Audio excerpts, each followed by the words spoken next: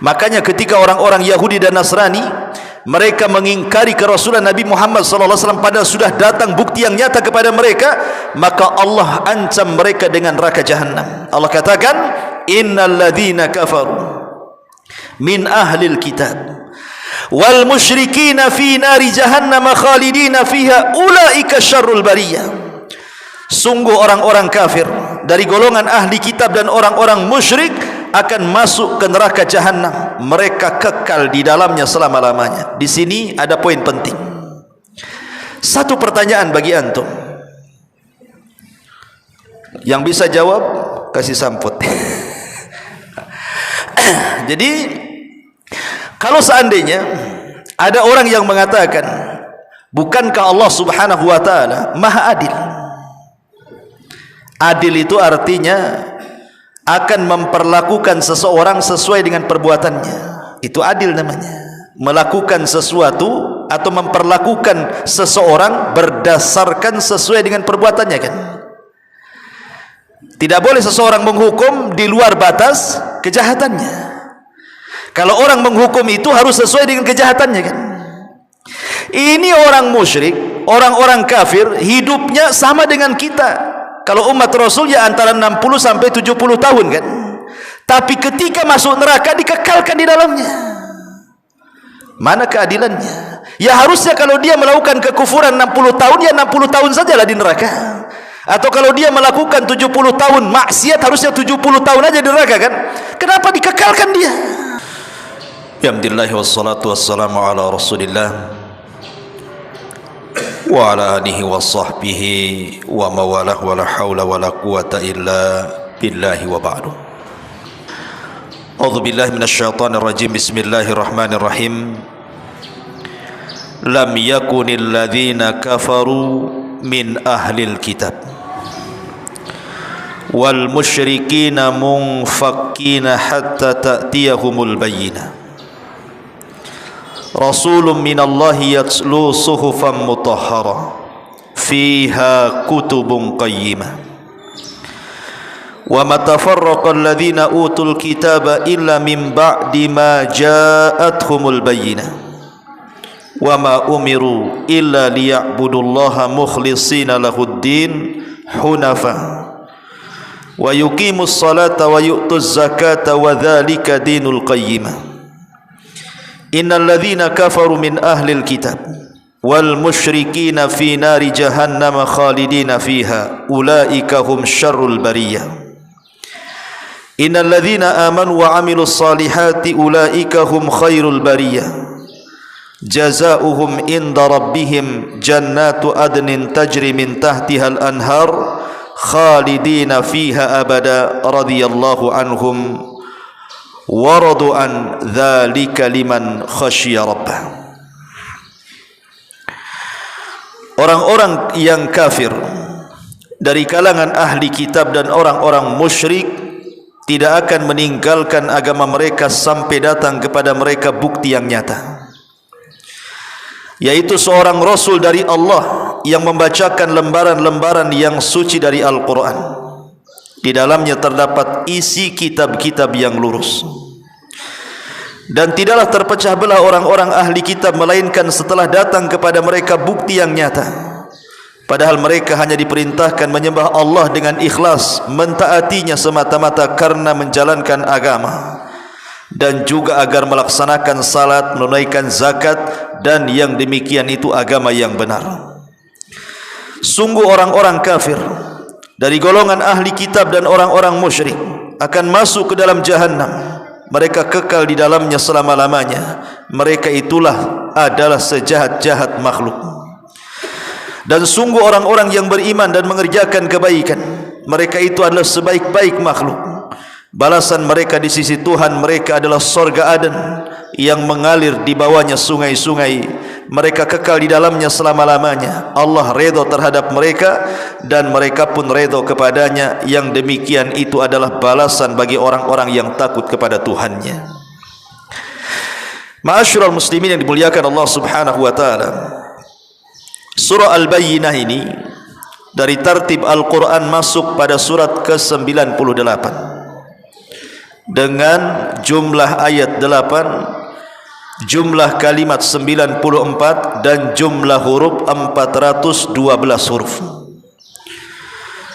Dan pendapat yang kuat wallahu alam, surah Al-Bayyinah ini termasuk surah Madaniyah, artinya turun setelah hijrah Nabi sallallahu alaihi wasallam. Ma'asyiral muslimin yang dimuliakan Allah Azza wa Jalla, adapun sebab turun daripada ayat ini atau surat Al-Bayyinah ini, di zaman Nabi sallallahu alaihi wasallam ada seorang sahabat namanya Ubay ibn Ka'ab. Ada seorang sahabat namanya Ubay ibn Ka'ab.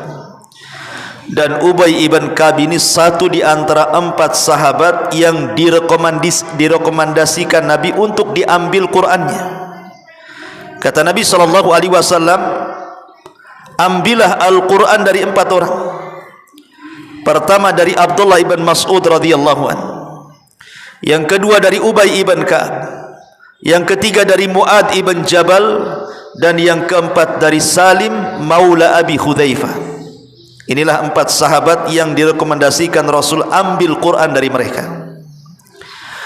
La Ubay bin Ka'ab ini satu hari berada di masjid Nabi sallallahu alaihi wasallam. Kemudian Nabi sallallahu alaihi wasallam memanggil Ubay bin Ka'ab ini. Kemudian mengatakan, "Innallaha amarani an aqra alaika surat Al-Bayyinah."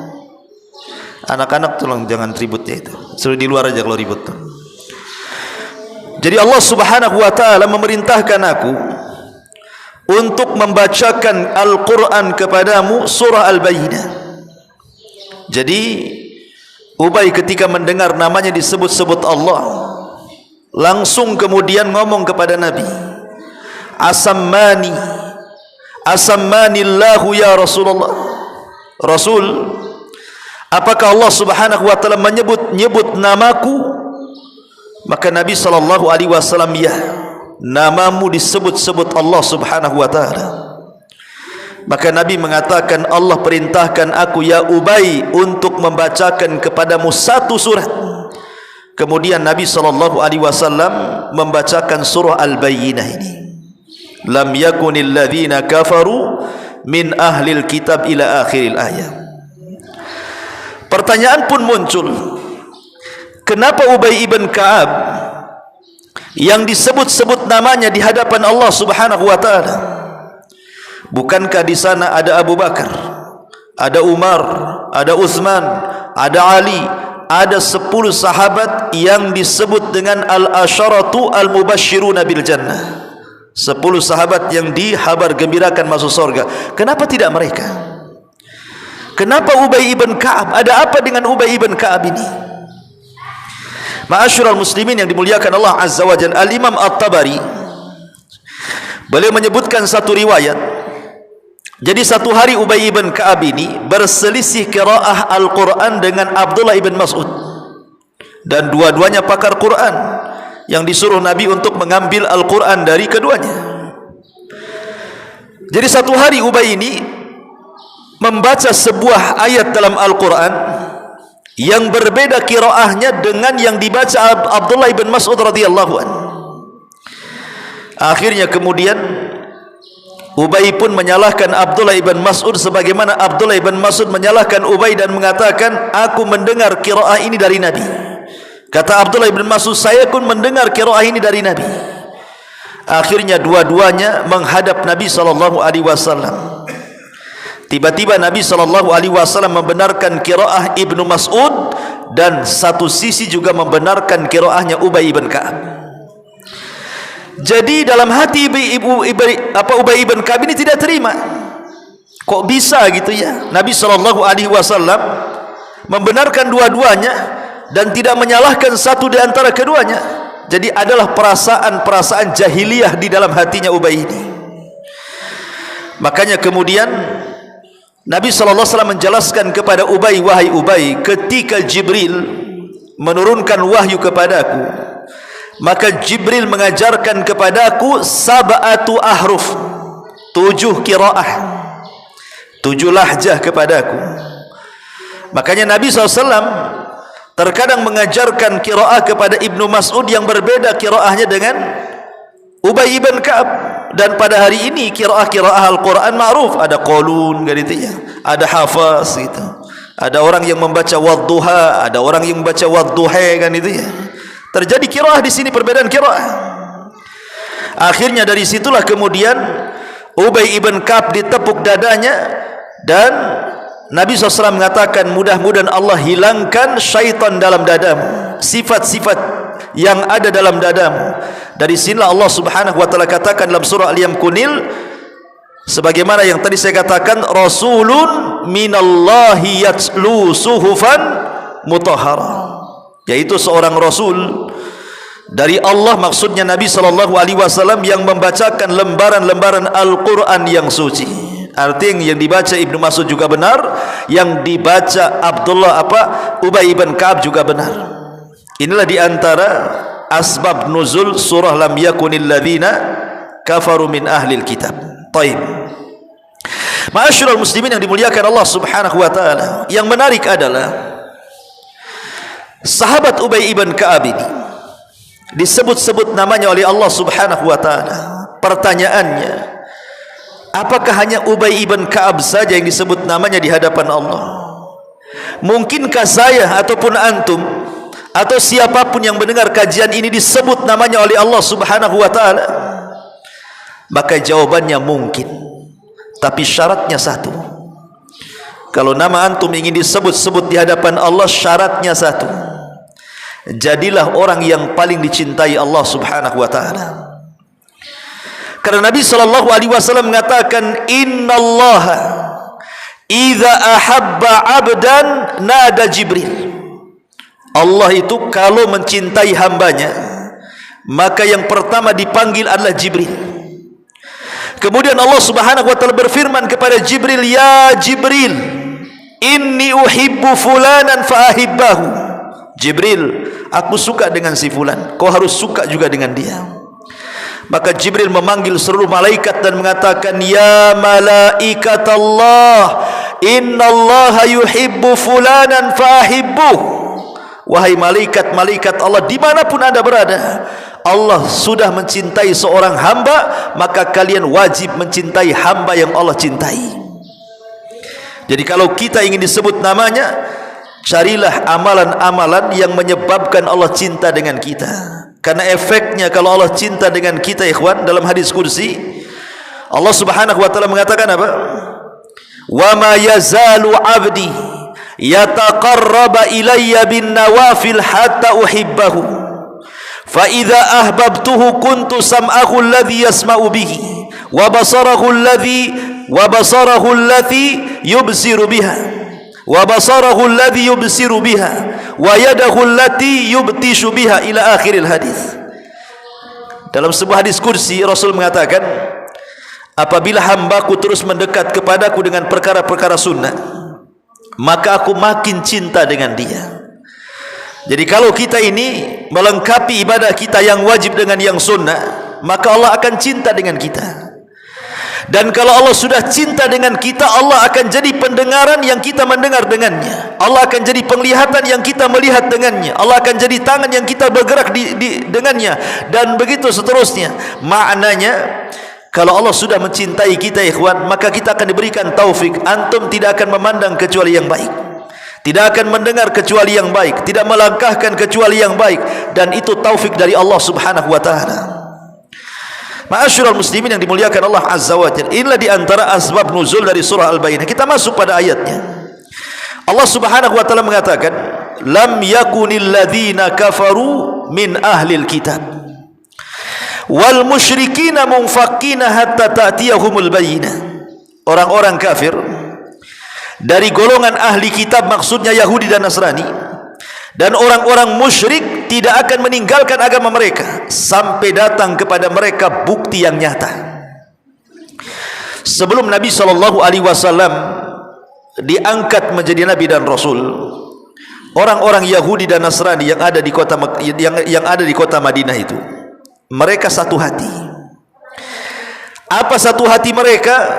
Bahwa akan muncul seorang Nabi yang sudah diisyaratkan dalam kitab mereka Taurat dan Injil, di mana dua kitab ini memerintahkan kalau Nabi itu muncul, maka kalian harus beriman dengan Nabi itu, dan harus mengikutinya, dan harus membelanya, dan harus menolongnya. Dan mereka mengira-ngira bahwa Nabi itu adalah kelahiran dari Bani Israel. Itu keyakinan mereka. Makanya mereka dikatakan dalam Al-Quran orang-orang kafir dari golongan ahli kitab dan orang-orang musyrik tidak akan meninggalkan agama mereka. Maksudnya mengikuti Nabi baru sampai datang bukti yang nyata kepada mereka. Tetapi Allah takdirkan setelah Nabi diutus, rupanya yang digadang-gadangkan Nabi yang akan mereka perjuangkan itu dari Bani Israel, rupanya tidak lahir dari Bani Israel, tapi lahir dari Bani Ismail. Mereka sangka Nabi itu keturunan Bani Israel, rupanya Nabi itu muncul pula dari Bani Ismail, orang Arab, keturunan Nabi Allah Ismail alaihi salam, Rasul kita Muhammad sallallahu alaihi wasallam. Rasulun minallahi yatslusuhu famutahhara. Ketika bukti itu nyata, muncul seorang nabi membacakan lembaran-lembaran Al-Quran kepada mereka, fiha kutubun qayyimah. Di dalam Al-Quran yang dibacakan Rasul itu terdapat kitab-kitab yang benar. Apa yang terjadi? Wa ma tafarraqal ladzina utul kitaba illa min ba'di ma ja'athumul bayyinah. Dan tidaklah terpecah belah orang ahli kitab itu melainkan setelah datang kepada mereka bukti yang nyata. Jadi setelah Nabi SAW betul-betul diutus, dan bukan dari Bani Israel tapi dari Bani Ismail, mulai mereka berpecah. Ada sebagian mereka beriman, ada sebagian mereka yang kufur, tetap tidak yakin dengan kerasulan Rasul sallallahu alaihi wasallam. Ada yang beriman seperti ketika Nabi sallallahu alaihi wasallam menyurati beberapa raja Nasrani. Ketika Rasul menyurati raja Najasyi umpamanya, siapa namanya? Ashama ibn Afjur, masuk Islam. Dia Nasrani. Rajanya masuk Islam, rakyatnya enggak ada yang masuk Islam. Raja Ethiopia. Makanya orang-orang Afrika itu yang Muslim berbangga mereka sampai hari ini, bahwa di antara raja keturunan mereka ada yang masuk Islam, Najasyi. Ya. Ketika Nabi SAW mengirim surat kepada Herakli, Adimir Rum, pembesar Romawi, Herakli ini hampir beriman, sampai dia kemudian bermusyawarah dengan padri-padri mereka tentang kenabian Nabi Muhammad SAW. Bahkan dia mengatakan di hadapan Abi Sufyan, kalau seandainya Muhammad itu ada di hadapanku, ku cuci kakinya. Tapi kemudian dapat penentangan dari para pendeta, akhirnya rusuh di Syam. Ada yang beriman, ada yang kufur. Tetapi kebanyakan orang-orang Yahudi kufur kepada Nabi sallallahu alaihi wasallam. Wa ma tafarraqal ladzina utul kitab illa min ba'di ma ja'athumul bayyinah. Dan tidaklah terpecah belah orang-orang ahli kitab melainkan setelah datang kepada mereka bukti yang nyata. Taib, sampai di sini. Di sini ada beberapa istilah yang Allah Subhanahu wa taala sebutkan. Pertama ahli kitab, yang kedua musyrik. Apa bedanya ahli kitab dengan musyrik di sini? Ahli kitab itu artinya agama yang datang dari langit. Dan mereka kalau disebut ahli kitab berarti maksudnya Yahudi dan Nasrani. Kalau disebut musyrik artinya agama selain keduanya, ya, seperti Hindu, Buddha dan yang semacamnya, kita katakan musyrik. Tapi ahli kitab kita katakan kafir. Ya. Lah yang membedakan antara ahli kitab dengan orang-orang musyrik itu dari segi hukum. Contoh umpamanya, sembelihan ahli kitab halal dimakan, tapi sembelihan orang-orang musyrik haram dimakan. Allah Subhanahu wa taala berfirman, wa ta'amul ladzina utul kitaba hillu lakum. Dan sembelihan ahli kitab halal bagi kalian. Jadi kalau seandainya ahli kitab itu menyembelih binatang, halal kita makan. Itu berdasarkan nas Al-Quran. Kalau ada yang mengatakan, lah ahli kitab bukankah dikafirkan oleh Allah? Di sini Allah mengatakan lam yakunil ladzina kafaru. Siapa kafaru? Orang kafir itu ahli kitab. Lah ahli kitab kan kafir, kenapa halal sembelihannya? Maka kita katakan yang mengatakan halal sembelihan itu adalah Allah, dan yang mengkafirkan ahli kitab juga Allah. Apa masalahnya? Di satu sisi Allah tetap mengkafirkan ahli kitab, di ayat yang lain Allah menghalalkan sembelihan mereka. Semua kehendak Allah Subhanahu wa taala. Kenapa mesti ditanya? Berbeda dengan orang-orang musyrik. Mereka bukan ahli kitab. Mereka haram sembelihannya, tidak boleh. Yang kedua, menikahi wanita ahli kitab dibolehkan. Jadi kalau seandainya laki-lakinya dari kita, kemudian wanitanya dari ahli kitab, boleh kita menikah dengan mereka. Sampai suatu ketika pernah berdialog seorang imam besar di zaman itu, ahli kalam, namanya Imam Baqillani, Al-Imam Al-Baqillani, pernah berdebat dengan para pembesar Nasrani. Awalnya sebenarnya pembesar Nasrani ini, rajanya mengatakan, tidak ada yang berdebat denganku kecuali dia datang sujud kepadaku, katanya. Akhirnya kemudian orang-orang mengatakan, ada wahai Tuan, yang kalau dia berdebat tidak mungkin dia sujud kepadamu, katanya. Kata sang raja, aku akan buat dia sujud, katanya. Akhirnya istananya ditutup rapat, jendelanya, pintunya ditutup dengan rapat, kemudian dilubangi. Di bawah pintunya dilubangi, yang hanya bisa masuk kepalanya saja dengan badannya. Maksudnya kalau dia masuk kepalanya dulu, kan posisinya sujud dia. Nanti raja akan berdiri di depan pintu. Imam Baqillani ini cerdas. Ketika diundang, dia tidak masuk kepalanya dulu, yang masuk kakinya dulu. Kalau kepalanya dulu bahaya sujud, kakinya dulu dia masuk. Artinya nunggingi raja lah kan. Cerdasnya Imam Baqillani. Akhirnya setelah dia masuk kakinya dulu, dia berdiri, baru dia belok kanan ke rajanya. Kata Imam Baqillani, tidak mungkin aku sujud kepadamu, karena sujud itu hanya aku berikan kepada Allah. Kata sang raja, sudah disiapkan itu pendeta-pendeta, pakar-pakar debat dari kalangan Nasrani di zaman itu. Kemudian sang raja, Imam Baqillani masuk, bertanya kepada sang pendeta, kaifa haluk, bagaimana keadaanmu? Kaifa ahluk, bagaimana keluargamu? Maksudnya bagaimana istrimu, anakmu? Oh, sang raja marah. Baqillani, kau tahu pendeta itu tak kawin, kau tanya pula istri. Dia itu tak kawin, tak punya anak, kau tanya pula keluarganya. Kata Imam Baqillani, tapi Isa punya ibu. Isa itu punya ibu, artinya Maryam punya anak, kan itu. Maryam punya anak, Isa. Masa pendetanya tak punya anak, katanya. Kemudian di antara perdebatannya panjang, salah satunya Raja Nasrani bertanya soal Aisyah Ummul Mukminin radhiyallahu anha. Kata raja, wahai Baqillani, aku dengar ummukum, ibumu, maksudnya Ummul Mukminin Aisyah radhiyallahu anha, pernah berzina dengan Safwan ibn Mu'attil, ya, katanya. Kemudian menyebutkan hadisul ifki. Maka Imam Baqillani mengatakan, tidak, ibu kami Aisyah tidak pernah berzina. Kemudian Imam Baqillani mengatakan, sekarang siapa yang pantas dituduh berzina? Maryam ibu kalian atau Aisyah ibu kami? Kenapa demikian? Kata sang raja, ya, Maryam punya anak tak punya suami, Aisyah tak punya anak, tak, dia punya suami. Kira-kira yang layak dituduh berzina siapa tuh? Kan itu logikanya kan. Maryam punya anak, tak ada suami, anak siapa ini? Aisyah radhiyallahu anha tak punya anak, punya suami, mana buktinya dia berzina? Tapi aku yakin, kata Imam Baqillani, dua-duanya wanita suci dan dua-duanya bukan wanita pezina. Takjub sang pendeta ini. Sampai akhirnya adalah lontaran kata-kata sang pendeta mengatakan, ya Baqillani, kenapa kalian Islam melarang wanita-wanita kalian menikah dengan laki-laki dari kami, sementara kalian mengizinkan laki-laki kalian menikah dengan wanita kami, katanya.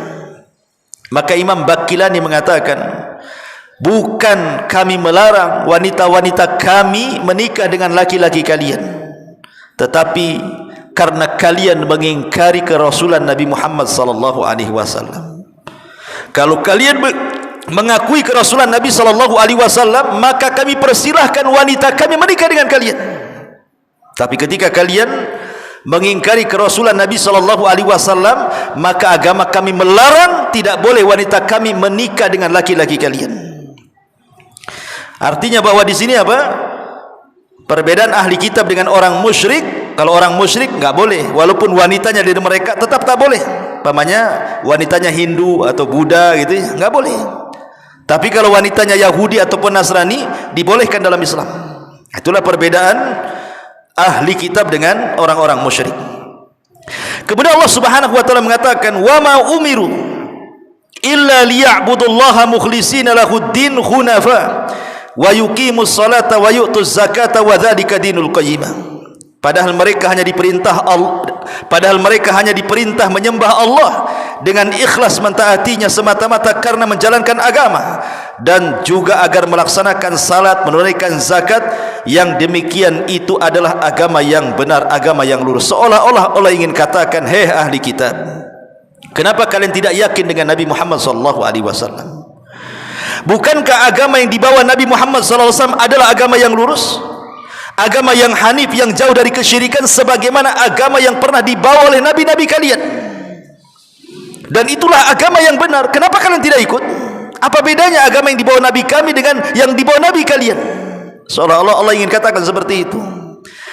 Makanya ketika orang-orang Yahudi dan Nasrani mereka mengingkari kerasulan Nabi Muhammad SAW, padahal sudah datang bukti yang nyata kepada mereka, maka Allah ancam mereka dengan neraka jahanam. Allah katakan, innal ladzina kafaru min ahlil kitab wal musyrikina fi nari jahannam khalidina fiha ulaika syarrul bariyah.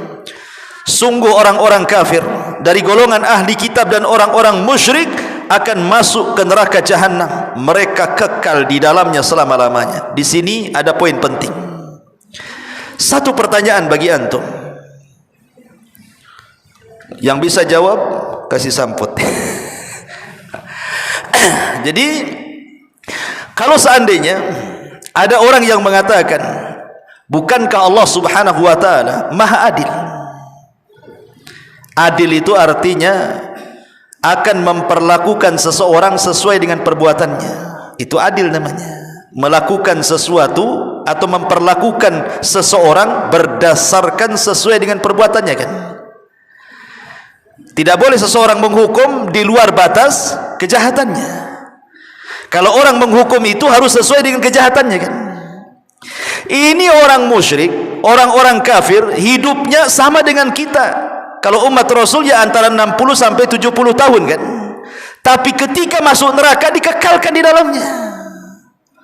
Mana keadilannya? Ya harusnya kalau dia melakukan kekufuran 60 tahun, ya 60 tahun sajalah di neraka. Atau kalau dia melakukan 70 tahun maksiat, harusnya 70 tahun aja di neraka, kan? Kenapa dikekalkan dia? Siapa yang bisa jawab? Kalau ada syubhat seperti itu, kalau ada syubhat yang seperti itu, kasihan kalilah orang kafir itu. Maksiatnya 60 tahun atau 70 tahun, masuk neraka pula dikekalkan. Kan gitu. Lama kali, kan gitu ya. Mana keadilannya? Bukankah adil itu menghukum sesuai dengan maksiat? Siapa yang jawab? Tak bisa jawab. Ma'asyiral muslimin yang dimuliakan Allah Azza wa Jalla. Ada sebuah ayat. Ingat, Allah Subhanahu wa taala itu Maha mengetahui yang telah, yang sedang, dan yang akan datang, dan mengetahui sesuatu yang mustahil terjadi. Kalau terjadi Allah tahu. Di antara ilmu Allah itu, Allah Maha tahu yang telah terjadi, yang sedang terjadi, yang akan terjadi, atau sesuatu yang mustahil terjadi. Kalau terjadi Allah tahu. Nah, ini yang terakhir yang bingung nih antum ya. Kalau yang pertama ma'ruf lah ya, Allah Maha tahu yang telah terjadi, paham kita. Atau yang sedang terjadi, paham kita. Atau yang akan terjadi, paham kita. Ini yang keempat, ini sesuatu yang mustahil terjadi, kalau terjadi Allah tahu. Ma'asyiral muslimin yang dimuliakan Allah Subhanahu wa taala, di dalam Al-Qur'anul Karim Allah Subhanahu wa taala berfirman, bagaimana orang-orang kafir itu kalau seandainya mereka dibangkitkan kembali ke dunia. Allah katakan di dalam Al-Quran surah Al-An'am 28, ini jawaban dari pertanyaan syubhat tadi itu. Bal badalahum ma kanu yukhfuna min qablu walau ruddu la'adu limanuhu anhu wa innahum lakadzibun. Allah mengatakan dalam surah Al-An'am ayat 28, tetapi sebenarnya bagi mereka telah nyata kejahatan yang mereka sembunyikan dahulu. Seandainya mereka dikembalikan ke dunia, tentu mereka akan mengulangi kembali apa yang telah dilarang untuk mengerjakannya. Mereka sungguh para pendusta. Artinya begini, orang-orang kafir yang masuk neraka itu kan mustahil dia ke dunia lagi kan. Dunia pun sudah hancur. Orang-orang yang seandainya nih dunia dikiamatkan, kemudian manusia dikumpulkan di padang mahsyar, kemudian orang-orang kafir dan orang musyrik dimasukkan ke neraka, kan mustahil kalau seandainya orang yang sudah masuk neraka dikembalikan ke dunia. Dunia saja sudah hancur. Tapi kalau seandainya dimungkinkan oleh Allah, orang-orang yang masuk neraka itu dikembalikan ke dunia, Allah bangun lagi atau ciptakan lagi bumi yang baru, kemudian mereka diambil dan neraka dimasukkan ke dalam bumi yang baru, pasti mereka kafir lagi. Itu maksudnya. Bisa dipahami? Jadi kalau seandainya mereka dikeluarkan dari neraka, dimasukkan lagi ke bumi yang baru yang Allah ciptakan, pasti mereka kafir lagi. Makanya Allah tahu dengan pengetahuannya, orang kafir itu kalau mereka dikeluarkan dari neraka dan dikembalikan ke bumi, mereka tidak akan bertobat, mereka pendusta, pasti kafir lagi. Makanya sudah layak mereka dikekalkan di dalamnya. Bisa dipahami jawabannya ya. Ma'asyiral muslimin yang dimuliakan Allah Subhanahu wa taala. Kemudian Allah mengatakan ulaika hum syarrul bariyah. Dalam qiraah ulaika hum syarrul bariyah. Bisa dibaca bariyah, bisa dibaca bari'ah, dua-duanya boleh. Mereka adalah sejahat-jahat makhluk. Orang-orang kafir itu sejahat-jahat makhluk. Bahkan mereka lebih jahat dibandingkan binatang ternak. Kenapa demikian? Karena Allah yang mengatakan, walaqad dzara'na li jahannama katsiran minal jinni wal insi lahum qulubun la yafqahuna biha walahum a'yunun la yubsiruna biha walahum adhanun la yasma'una biha ulaika kal an'am bal hum adhal ulaika humul ghafilun. Dan sungguh kami isi neraka jahanam banyak dari kalangan jin dan manusia, mereka memiliki hati tapi tidak menggunakan untuk memahami ayat-ayat Al-Quran. Mereka memiliki mata tapi tidak dipergunakan untuk melihat tanda-tanda kuasa Allah. Mereka mempunyai telinga tetapi tidak berguna untuk mendengarkan ayat-ayat Allah. Mereka seperti hewan ternak, bahkan lebih sesat daripada hewan ternak. Kenapa Allah katakan lebih sesat dari hewan ternak? Begini ikhwan, pada hari kiamat manusia itu akan dikumpulkan di padang mahsyar. Sebelum Allah memberikan hisab kepada manusia, yang dihisab siapa dulu? Binatang dulu. Wa idzal wuhushu husyirat, ketika binatang-binatang buas itu dikumpulkan pada hari kiamat. Jadi semua binatang itu akan dihidupkan kembali, mulai dari binatang yang paling kecil sampai binatang yang paling besar, mulai binatang yang jinak sampai binatang yang buas, semua dikumpulkan di padang mahsyar dan mereka dihisab lebih dulu. Sampai-sampai Rasul mengatakan, sampai-sampai kambing yang bertanduk akan dipindah tanduknya kepada kambing yang tidak bertanduk, yang ketika di dunia suka ditanduk. Jadi dua kambing nih, ini satu suka nanduk karena punya tanduk, yang satu pula tak punya tanduk sehingga tak bisa nanduk. Nanti pada hari kiamat tanduknya akan dilepas, diletakkan kepada binatang yang suka ditanduk. Kemudian Allah katakan, tanduk dia sebanyak dia menanduk kamu. Artinya binatang juga akan dihisab semuanya. Tetapi binatang itu hanya sekedar hisab saja, karena selepas hisab Allah katakan kuni turaba, jadilah kalian tanah. Lah orang-orang kafir nih yang melihat binatang-binatang itu setelah dihisab tiba-tiba dijadikan tanah, apa kata mereka? Ya laitani kuntu turaba. Dalam surah An-Nabi Allah mengatakan, ya laitani kuntu turaba, duhai kiranya ya Rabb kami jadi tanah seperti binatang itu. Tapi mustahil. Artinya bahwa binatang itu hanya sekedar dihisab kemudian dijadikan tanah. Tapi orang kafir bukan hanya sekedar dihisab tapi dimasukkan ke dalam jahanam. Makanya kenapa Allah katakan mereka seperti binatang atau bahkan lebih jelek daripada binatang? Karena binatang habis dihisab jadi tanah, sementara mereka tidak jadi tanah, bahkan mereka akan disiksa di neraka jahanam. Bisa dipahami? Makanya Allah mengatakan ulaika hum syarrul bariyah. Kemudian Allah mengatakan ayat selanjutnya innal ladzina amanu wa amilus salihat ulaika hum khairul bariyah. Sungguh orang-orang yang beriman dan mengerjakan kebaikan mereka termasuk sebaik-baik makhluk. Jazaohum inda rabbihim jannati adnin tajri min tahtihal anhar khalidina fiha abada. Balasan mereka di sisi Tuhan mereka, sungguh orang-orang yang beriman dan mengerjakan kebaikan, mereka itu adalah sebaik-baik makhluk, dan balasan mereka di sisi Tuhan mereka adalah surga Aden yang mengalir di bawahnya sungai-sungai. Mereka dikekalkan di dalamnya selamanya. Radhiyallahu anhum wa radu'an. Allah redha kepada mereka dan mereka pun redha kepada Allah. Dzalika liman khasyya rabbah. Itulah bagi orang yang senantiasa takut kepada Allah. Di sini Allah mengatakan jannat, artinya surga itu bertingkat, sebagaimana neraka itu darokat bertingkat juga. Jadi neraka itu bertingkat ke bawah, surga itu bertingkat ke atas. Makin tinggi surganya makin indah, makin bawah nerakanya makin jelek.